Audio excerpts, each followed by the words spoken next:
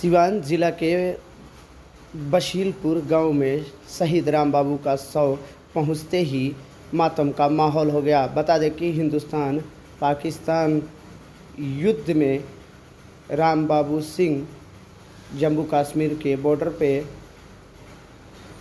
तैनात थे, जहां राम बाबू सिंह को जवाबी कार्रवाई में गोली लगने से शहीद हो गए।